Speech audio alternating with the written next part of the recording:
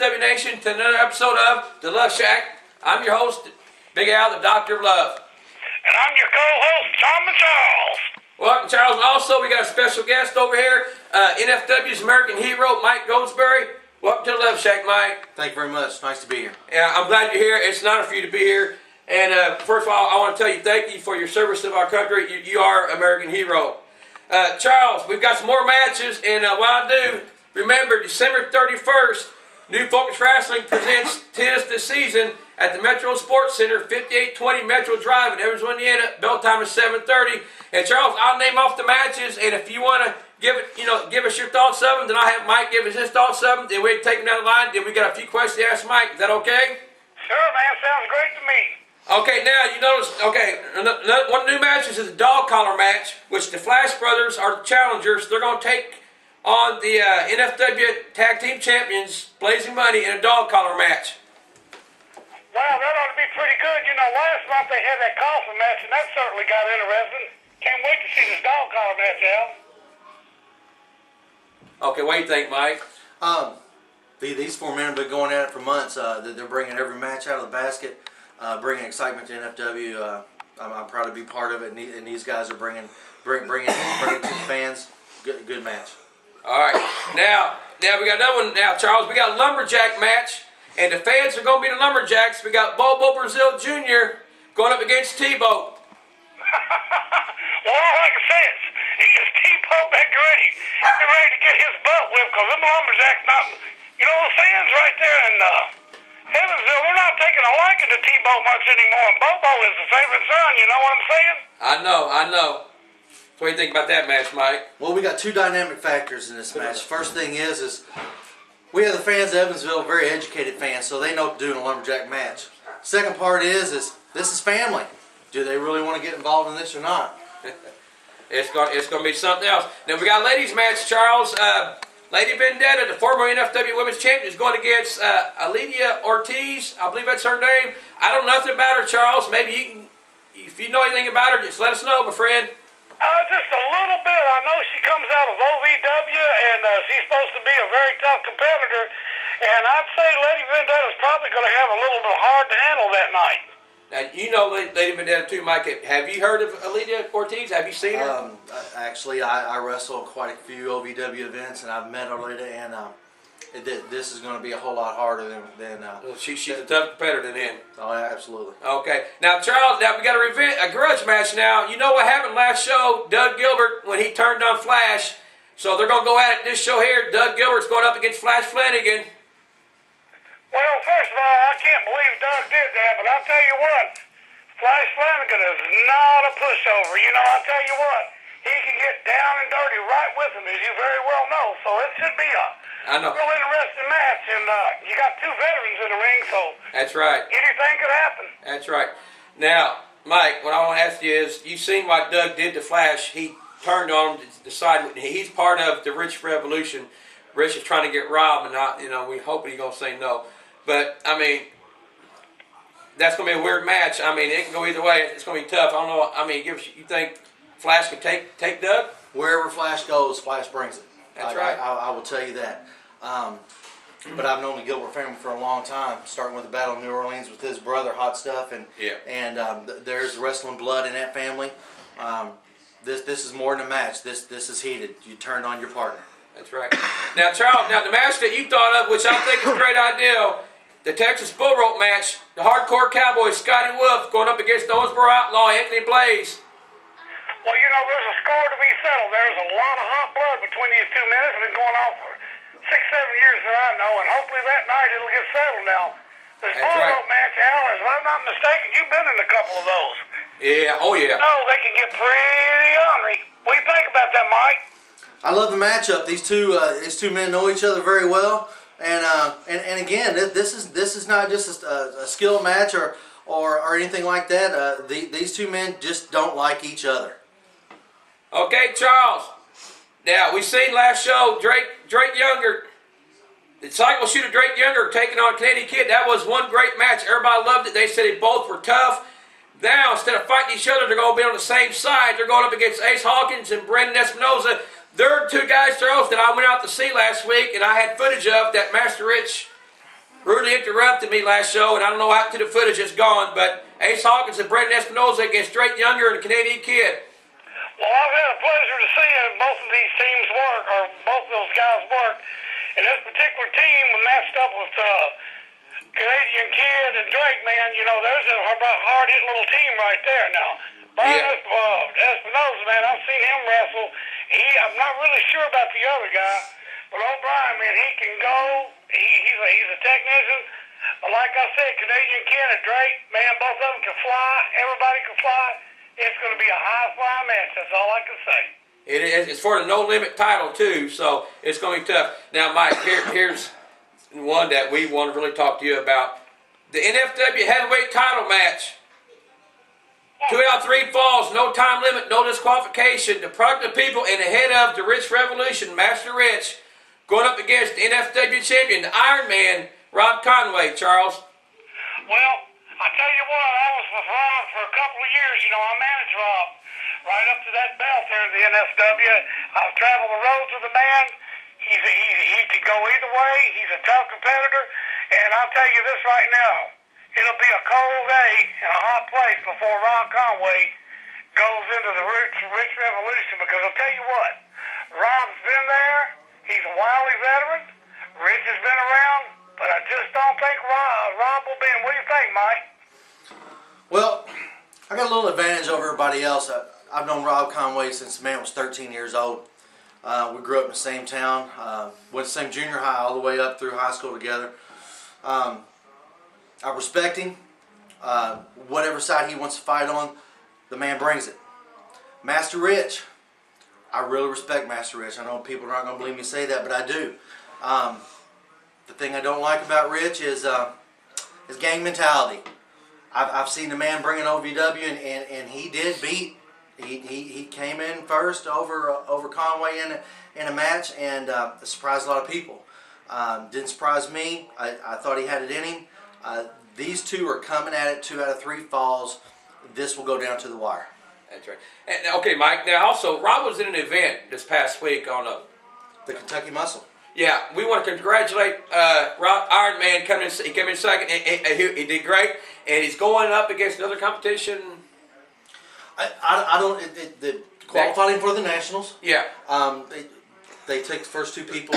Obviously, if you look at the pictures on a Facebook, it was a very close call. Yeah. I don't see how he lost it myself, but judges, you know. But he represented himself very well, very respectful. Congratulations, Iron Man. Rob Conway, you're tough, and congratulations, and good luck in the future on your contest too. So, Charles, now them are the matches that are set so far. Now we got more guys coming in. We got Cousin Jimmy, Baron Von Kane, Vic the Bruiser Lewis is going to be there. So we got a lot of great stars coming in. Now, I'm sure, Charles, you got some questions you want to ask Mike. I sure do. You're good at it, sir. So I'll tell you what. Q&A with me. Absolutely. Let's go. All right, the first thing I want to know, Mike, I know you started out in Texas, is that correct? Absolutely. Sportatorium. Yeah. World class. What took you to Texas, and was it the idea of going there to be a wrestler, or was it, I know you were in the service? Well, no, I actually joined the service later. I graduated from New Albany High School, New Albany, Indiana. Danny Davis runs a great show right there, but I got a hold of the gentleman, Chris Adams. Told him I'd like him to be my mentor, and he agreed, and he was out of Dallas, so that's where I went. Yeah, I know Chris Adams, man. I can't say enough good about him. That was one heck of a wrestler right there, and I'm sure the way you work, I know you were trained right. Now, this leads me to my second question. You work for Jack Atkins, which is, everybody knows as Fritz Von Erich. Am I correct there? Absolutely, sir. Let me ask you something. How was it working for Fritz is today in the business? I mean, I know Fritz was old school. I remember him years ago. Of course, I'm quite older than you guys. And I remember him with his brother, Waldo Von Erich. And he goes back a long ways. How was it working with Fritz? And how did he run his show? I don't want to say militant, but there is a level of respect that you have for Fritz Von Erich. When a promoter comes in, when the booker comes in, now He's just another guy in the locker room. It's sports entertainment. It used to be wrestling. It used to be a business of wrestling. It was hardcore. We're not there to please everybody. We're there to put people up and let two men go at it.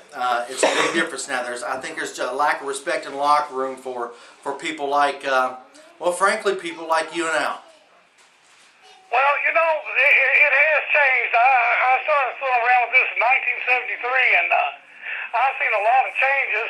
But I got another question about Chris Adams, if you don't mind. What was Chris' work ethic like in training you, and how tough was he on you? Because I know he demanded a lot. Well, he did. He was gentleman Chris Adams. Obviously, he was from England. We had a very strict regimen. If you're going to wrestle 7:30, 8:30, 9 o'clock at night, that's when you trained. You trained to be there and to do it.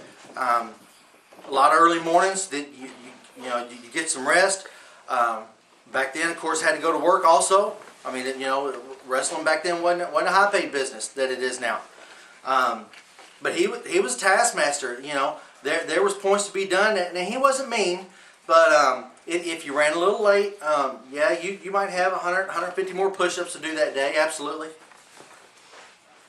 Yeah, I always admired Chris, and also back in that time period, tell me about when Jarrett came in. Well, Jerry Jarrett, and I got a lot of respect for Jerry. I really do, and more so him than his son Jeff.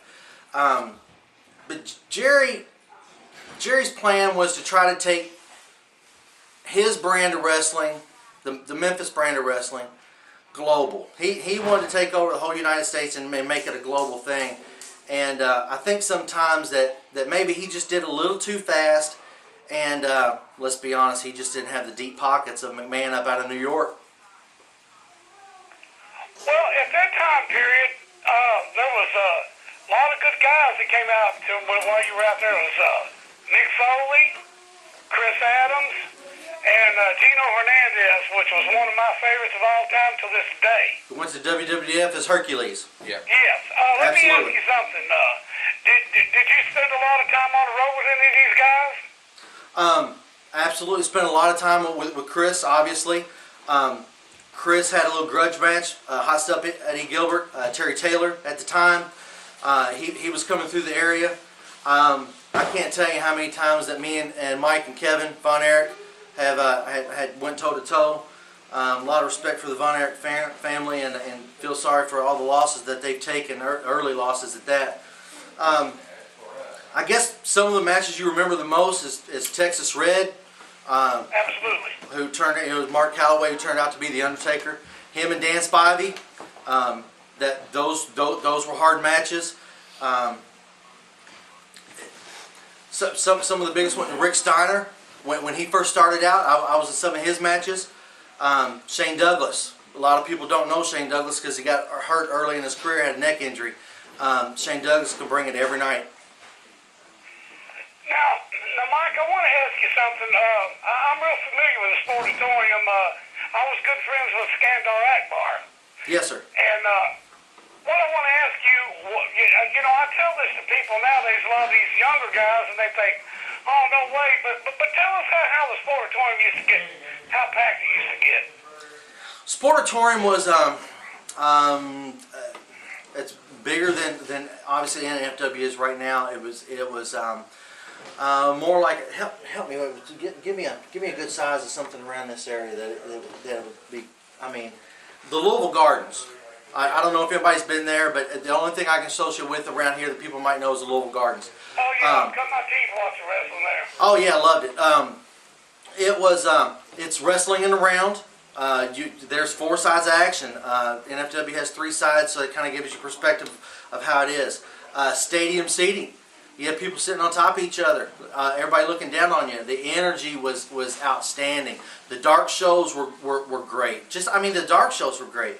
The televised shows, when they put the lights on, everybody, now everybody has one favorite. You go to see one guy.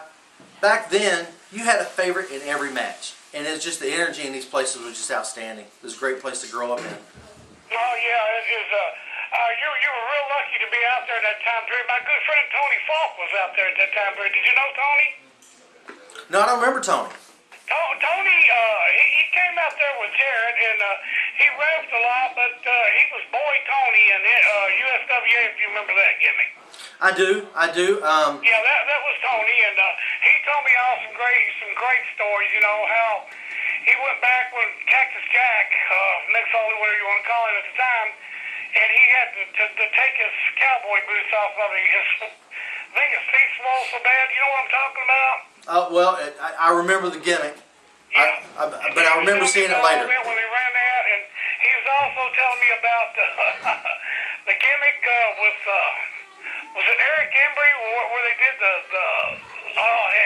scaffold match. Oh, the scaffold match was awesome. Yeah, that was Eric. Can you tell us a little bit about that? Well, I mean, the best scaffold match I saw was actually WCW, and the Road Warriors and Rock and Roll Express. That was the best of the scaffold matches. Again, I'm remembering back on this because I wasn't there at that time. About the time Mr. Jarrett took over is the time that I went into the Air Force. So I spent most of my time for Mr. Atkinson. Right. Okay, Mike, I got one more question for you, and then I'm going to wrap it up and let you guys take it on out. But the last thing I want to ask you is, we kind of touched on this earlier in the program. Do you see wrestling more aggressive than it today, or do you see it going in a different direction for the better, or what's your opinion on it? Honestly, the good thing is the dollar prevails. People will go see what they want to go see. There's another wrestling organization in Evansville, and it's a very good organization, but not necessarily what I care for in the business and sport of wrestling. I like NFW. I like the competition. They're not making up storylines. These people are living it. They don't sit next to each other in the locker room. You go to WWF, and these people are buddied up together. They travel the roads together, and then they act like they hate each other. I'm sure that if you ask Flash Flanagan, him and Mr. Gilbert did not eat lunch the day before they were going to match. No, I don't think they went up to for pizza that night, but no meat. No, sir, not at all. Well, Mike, it's been a pleasure talking to you, and thank you for giving me this time to do so. And I also want to tell you thank you for serving our country, and thank you for coming back into the business. We need more guys like you with tons of respect and respect for the business most of all. And once again, like I said, thank you very much, and you guys have a blessed night. Well, Charles, thank you, and you have been around since 1973. You're a local Southeast legend. And glad to have you, and glad you're still around, sir. Well, I appreciate that. Thank you very much, Mike. Okay, Charles, don't go nowhere, okay? I'm not going nowhere. Okay. I got one last question to ask you. It's kind of a two-part question. Okay. And it's an important one. Are you wanting to get back in the ring? Do you want to wrestle again? And if you do, who would you like your first opponent to be? Well, I've got the luxury that I've been there and done that. And when it gets back into the ring, I didn't have any aspirations till Rob Conway got hurt going into the Fatal 4-Way, and crowd kind of heard my story. Some of them, I think, remembered me, and they chanted my name. So I kind of got that fire going again, and yeah, I'd like to jump in those ropes in a tag or singles competition soon. All right. Now, Charles. Yes, sir. It seems like it's the end of the show. Now, before we go, I want to thank again Mike, NFW's American Hero, for being here. It's an honor. And Charles, it's time to wrap it up. So, my friend, are you ready to spread the love? You know it, my brother. Just remember, NFW Nation, don't fight amongst yourself. Spread the love. See you, Albert. See you, Mike. Have a good night, sir.